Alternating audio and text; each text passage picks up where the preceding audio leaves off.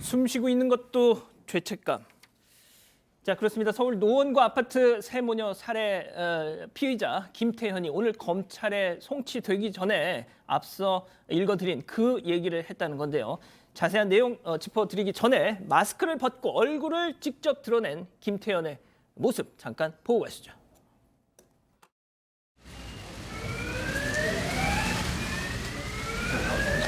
현재 심경 한 말씀 해주시죠. 일단 제가 이제 기자님들 질문 일일이 다 답변 이제 못 드릴 것 같은데 이 부분에서는 정말 양해를 구하고 싶습니다. 죄송합니다.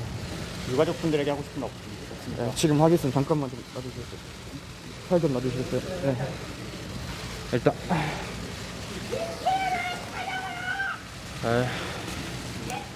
이렇게 뻔뻔하게 눈 뜨고 있는 것도 숨을 쉬고 있는 것도 정말 죄책감이 많이 듭니다. 진짜 살아있다는 것도 정말 제 자신이 뻔뻔하게 이제 생각이 들고 유가족분들 저로 인해서 피해 입은 모든 분들께 정말 사죄의 말씀을 드리고 싶습니다. 정말 죄송합니다. 근데 왜 죽였습니까? 근데 왜 죽였나요? 죄송합니다. 피해 여성분 스토킹한 혐의 인정하시나요? 죄송합니다. 왜 죽였습니까? 범행을 정확히 언제부터 계획한 건가요? 죄송합니다. 마스크 한번 벗어주실 생각 있나요?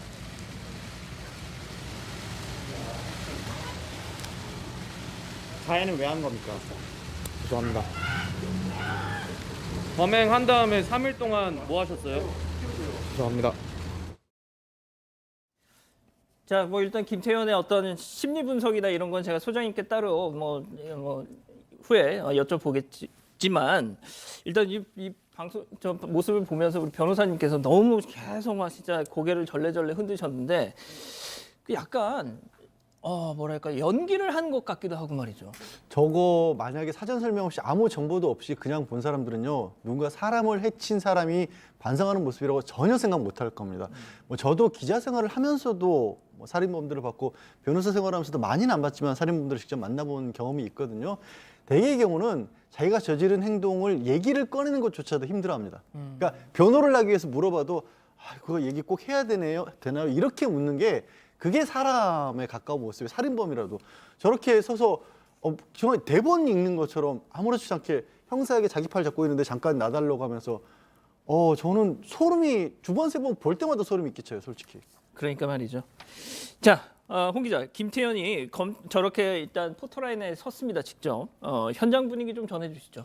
네, 현장에서 기자들도 놀랐다고 합니다. 경악했는데 크게 두 가지입니다. 아까 영상에서 보셨다시피 처음에 너무나 담담하게 죄송하다고 말하는 겁니다. 팔을 놔달라고 말하면서 말을 시작했는데 너무나 담담하게 말을 해서 좀 경악을 했고요. 두 번째로는 마스크를 너무나 쉽게 내렸다고 합니다. 진짜 마스크를 내릴 줄은 모르고 마스크 좀 벗어주세요 했는데 곧바로 마스크를 내려서 기자들이 일제히 좀 너무 놀라서 쳐다봤을 정도였는데 또 마치 그 모습이 범행 전후로 수염을 깎지 않은 것처럼 좀 수염이 턱에 그대로 나 있는 모습이 있어서 그 모습이 좀 섬뜩했다고 하고 진짜 벗어 하는 이런 느낌이었다고 합니다.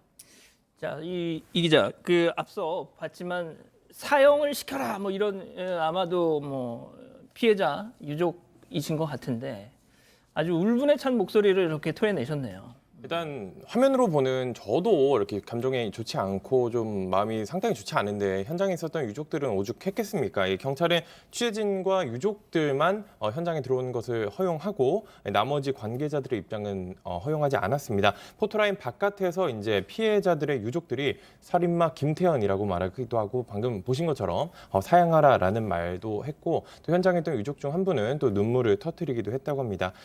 이 피해자 가족들이 이제 현장에서 인터뷰를 많이 했는데 이 두 딸 피해자들의 이제 고모라고 밝힌 여성이 김태현이 나오기 전에 이 수사 과정에서는 저 사람의 얼굴을 볼 기회가 없었다. 이제라도 악마 같은 사람의 이제 얼굴을 보러 왔다라고 이야기를 했고요. 이 피해자 중 큰딸의 친구는 오늘 저 김태현이 나온다고 해서 들렀다면서 평생 감옥에서 후회하면서 살라고 말하고 싶었는데 입장이 막혀서 하지 못했다고 조금 분노를 터뜨렸습니다.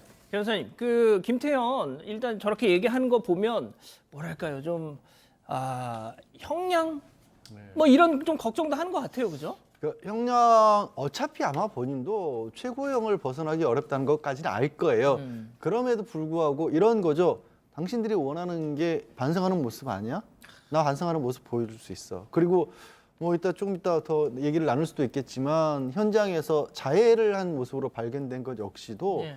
아, 나 이만큼 힘들어라는 걸 보여주려는 거죠. 이 정도 역설적으로. 성의 표시는 했다. 네, 그렇죠. 저는 그렇게밖에 솔직히 모르겠어요. 제가 선입견 가지고 말씀드리는 건지 모르겠지만 적어도 제 경험상, 제 양심상은 이렇게밖에 말씀 못 드리겠어요. 예. 소장님, 저는 앞서 그 영상을 보면서 가장 이 포인트다라고 좀 느꼈던 게 저는 저 사람이 연기를 하고 있다라는 느낌의 어떤 딱 장면이 있었는데 정말 하면서 막 고개를 막 한숨을 푹 쉬면서 고개를 절레절레 흔드는 거예요. 이건 진짜 약간 계획된 의도된 행동 같아 보였거든요. 일단 저 사람이 보여준 건 죄책감은 절대 아니죠. 그러니까 우리가 감정이 나올 때 그 감정이 나올 때는 언어가 아니라 행동, 비언어적인 어떤 사인들이 굉장히 많이 나오거든요. 근데 죄책감이라고 얘기하면 몸이 안으로 꺼진다던가 줄어든다던가 눈물이 난다던가 목소리가 작아진다던가 그런 것들이 같이 나올 때 그 감정인데 지금 나오는 건 전혀 그 진정 어린 죄책감에서 나오는 행동들이 아니고요. 저는 정말 저도 오늘 이 영상을 보면서 정말 소름 끼쳤는데 저는 이 사람 소시오패스로 봤습니다.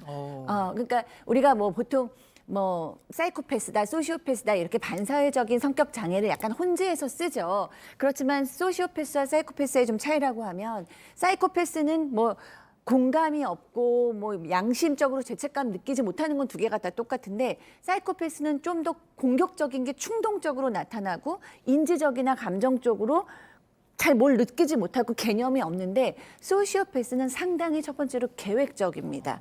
그리고 보통 우리가 우리 주변에서 만날 법한 그 보통 사람의 얼굴을 하고 있는데 더 중요한 건 인지적으로나 감정적으로나 타인의 감정이나 어떤 타인의 인지를 느낀다는 거예요. 예. 그래서 굉장히 본인을 포장을 합니다. 근데 오늘 보여준 모습은 정말 포장을 하는 모습이었잖아요. 네, 그렇기 때문에 공감력이라던가 죄책감은 전혀 못 느끼는데 거기에 쇼를, 그러니까 포장을 하는 모습을 보인 걸로 봐서 정말 저는 소시오패스구나라는 생각을 하면서 봤습니다. 변호사님 하시고 싶은 말씀 좀만 더 해주시죠, 뭐. 예. 아니 다른 것보다도 그러니까 이전에 범죄의 경력들이 몇 가지 있는 걸 보면 중대 범죄는 아니지만 분명히 굉장히 공격적이고 여성에 대한 성적 학대가 있었고 그러니까 인격이라든가 이런 것에 대한 그 반응이 없었던 그런 사람이었거든요. 그러니까 그런 사람이 언제든지 강력범죄자로 발전할 가능성이 있는 거예요. 잠재적인 어떤 기질이 있기 때문에 물론 그런 얘기하신 건 소시오패스라고 할지라도 사회 교육이나 후천적으로 얼마든지 어느 정도 자제시킬 수는 있지만 그게 안 된 상태에서 그런 사람이 누군가를 스토킹을 시작을 했단 말이에요. 예. 그러면 굉장히 불행하게도 우리도 모르고 있었던 거지만 피해자도 몰랐지만 이미 그때부터 예견돼 있던 끔찍한 결과였던 겁니다. 예. 그래서 뭐 스토킹과 관련된 법률 얘기가 김태현을 둘러싸고도 계속 나오는 게 그래서 그런 스토킹이 시작되면 어느 순간에 반드시 강력범죄로 이어진다는 게 그러니까요. 우리는 이제 만들어진 법률이지만 일찌감치 스토킹 법안을 만들었던 선진국들에서 그거는 경험적으로 찾은 거거든요. 예. 지금부터라도 또 다른 이런 피해자 안 나오게 막아야죠. 자, 홍 기자, 김태현 혐의 다 인정했죠? 일단 혐의 사실 자체는 인정을 하고 있고요. 다만 범행 동기가 계획적이냐 아니냐를 놓고서는 약간의 다툼이 있는 것 같습니다. 일단 좀 특이할 만한 사항이 변호사가 영장실질 심사 당시에 선임이 됐지만 국성 변호사가 선임됐지만 뭐 선임된 것과는 관계없이 혼자서 이제 변호인 입회 없이 조사를 받았다고 하고요. 조사에서 일단 혐의를 인정하는 취지로 답을 했다고 합니다. 자, 이 기자, 어찌됐든 이제 경찰 수사가 마무리됐고 검찰로 넘어갔는데 범행 정황 또 동기 지금 조금씩 드러나고 있죠? 네, 계속 드러나고 있는데 일단 스토킹 혐의에 대해서도 이제 스토킹 범죄라고 이제 잠정 결론을 내린 상황입니다. 일단 연인 관계라는 게 아니라는 건 본인이 김태현 스스로도 밝히기도 했고 또 경찰에 따르면은 김태현의 이 큰딸 피해자인 큰딸과 이제 처음 만나게 됐을 때 본인이 호감을 느꼈고 거기에 대해서 이제 연락을 하고 찾아가려고 했는데 여기에 대해 이제 연락을 하지 말라는 의사 표현 때문에 이제 범행을 저질렀다 이렇게 밝힌 상황입니다. 자, 그러니까 뭐 홍 기자, 그러니까 구애를 했는데 피해자가 강하게 그거에 대해서 딱 선을 긋길래 왜 그렇게 하는지 알고 싶어서 뭐 접근을 했다. 그렇습니다. 그 1월에 이렇게 왜 낮이를 거부했는지 갑자기 이제 다툼이 있은 다음에 수신 차단을 했다고 하거든요.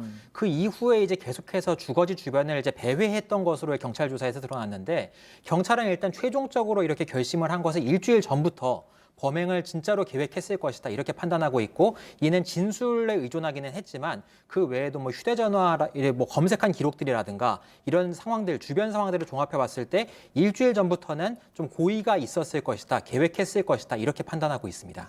자, 소장님 마지막으로요. 일단 난 너에 대해서 관심이 없어. 난 너 만나고 싶지 않아. 이렇게 확 선을 그으면 열에 정말 9.5명의 남자들은 포기하잖아요. 그렇죠. 자, 그런데 이자는 이제 배신감을 느끼고 또 그걸 물리적인 위해를 가하기 위해서 직접 집에 찾아가서 이런 참극을 벌였단 말이죠. 네. 이런 거 어떻게 좀 해석을 해야 될까요? 스토킹 사례 중에서도 이제 최악의 사례인데 저는 이 사람이 정상인이 아니니까 거의 이제 망상적인 굉장히 관계망상이나 편집망상적인 증상을 보이고 있다라고 생각을 해요. 그러니까 저 대상은 저 대상의 인생이고 나는 나의 인생인데 마치 저 대상이 내가 원하는 걸 다 이루어줘야 되고 내가 원하는 걸 이루어주지 않았을 경우에 굉장히 자존감이 더 무너지고 날 무시한다라고 생각을 하는 거죠. 그러니까 나는 응징해야 되는 어떻게 보면 내 잘못이라기보단 나를 무시한 네 잘못도 있지 뭐 이렇게 보는 거예요. 그래서 굉장히 좀 망상적인 사고고 본인으로서는 아마 계속해서 스토킹한 건 인정합니까? 라는 질문에 대답을 지금 안 하는 걸로 보이거든요. 그러니까 본인은 그 응징을 했다라고 볼 수 있겠습니다. 알겠습니다.